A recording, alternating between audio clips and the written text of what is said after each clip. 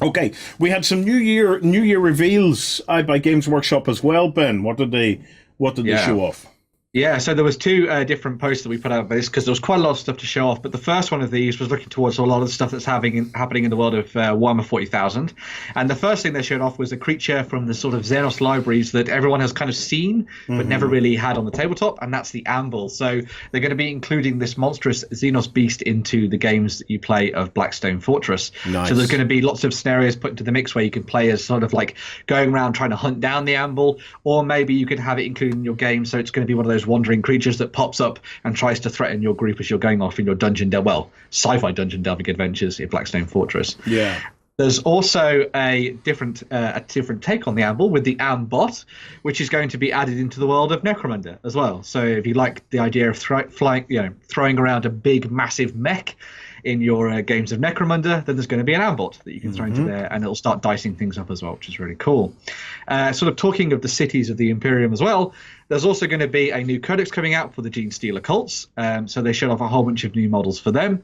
You've got a new Magus that's a very cool new female miniature, and they're also going to be showing off a whole bunch of new characters and troop choices as well. They've really taken to this idea of sort of looking at the kind of kit that the Imperium has for the sort of day-to-day work, so like bikers and that kind of thing, quad bikes and stuff that you may see around on the streets in Imperial City, and how that's been reclaimed by the Gene Stealer cults. We saw that a little bit when they first came out, and we had a look back at their stuff. I think it was from the last edition of the game where we had a look at, their bigger tanks and that kind of thing. Yeah. But they're also they showed off last year a lot of their bikes and stuff, and now obviously the new characters you can see there too, which is looking very, very cool indeed. And then finally, there's also the announcement that Kill Team is going to be expanding even more. So they're going to be introducing a new supplement and expansion called Arena, which makes the game ultra competitive. So a little bit like how you've got Shadespire with Black Bolt and stuff, where it's the kind of like your Age of Sigmar on the tabletop in a competitive vein. There's also going to be now a 40k version of that with Kill Team, where everything's set up on predetermined maps, and you've got some very like tight sort of organized play rules for playing out some games of Kill Team on the tabletop at gaming clubs and the like as well. So we'll be doing something like that on tabletop as well, which would be kind of cool. Yeah, it's Kill Team was just crying out to get a treatment something along the lines of what they've done with Underworlds, to have. I think it makes sense for them to have two competitive orientated games, especially on the smaller point sizes, because like I know, for example, at the events that we've run at the visitor center, people are struggling with 40k to get three turns completed. No, it's to get a full game in. Oh yeah, that's always been 40k. Yeah, well, 1750 points. Like we ran the Vigilus mega battle where there was 2,000 points per side, and we had armies that struggled to get to turn 3. Yeah, even I was in the visitor center on Wednesday night past, and there was two guys in playing great armies, really good armies. Who was playing what? I think it was Raven Guard and Blood Angels or something, or I can't remember what it was, but I think they got as far as turn 3. No, obviously they weren't pushing it, but it was.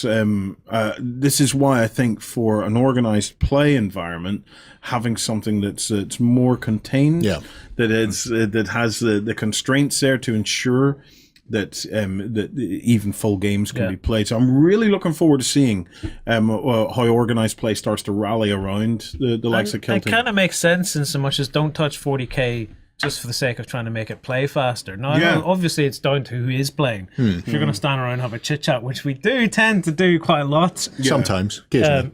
But there's other players who'll just come in and go bam, straight into it, and they'll get their full game in.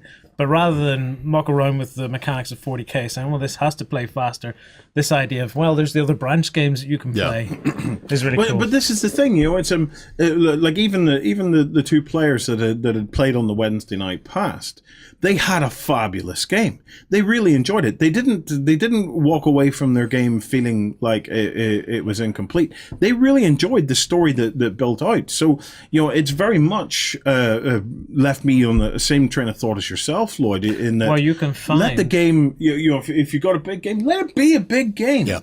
Let it be that. You can find the first 3 turns or 4 turns the most interesting turns of the game anyway. Yeah. Because towards the tail end, sometimes you're just mopping up a little bit. You've got an idea of where it's going, unless someone's there going, I'm going to eke out a draw or something. Yeah. Which is what I love doing. Back up into the forest. Draws! Yeah, it's an interesting one as well because you've got the battles themselves in history. It's not like they began and finished at a certain time. Yeah.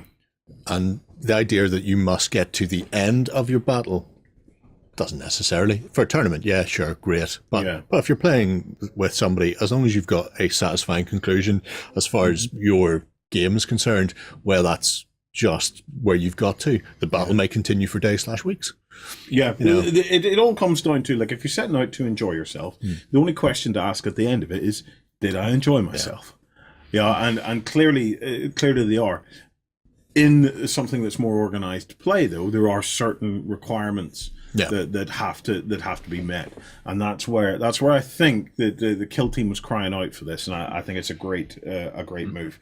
Interested to see where it goes, and I'm interested to see even if locally people start if I understand to it correctly, we're getting like a new board and stuff to play on. Yeah, there'll be a range of maps and things like that, which is looking distinctly Hero Quest like. Just that, isn't it? Just that board, which is cool because nice and bright like the Hero Quest board. But even the actual layout on the where you would have the coloured panels of the rooms, and you've got these big black, which I'm assuming are like pillars that you can't enter or exit. Yeah, but it just gives me a very Hero Quest vibe, which I like a lot because it helps with the accessibility of Kill Team again. Yeah, because since we've opened the visitor center, we get some people coming in who don't know anything about any of it. Yeah, and it's been a real learning experience. And you can talk to them for a bit, and they're still like, I don't really understand. So the more things are out, or you take these men and you play on this terrain rather than saying you take these and you play on anything. Although I think they've missed a trick with this.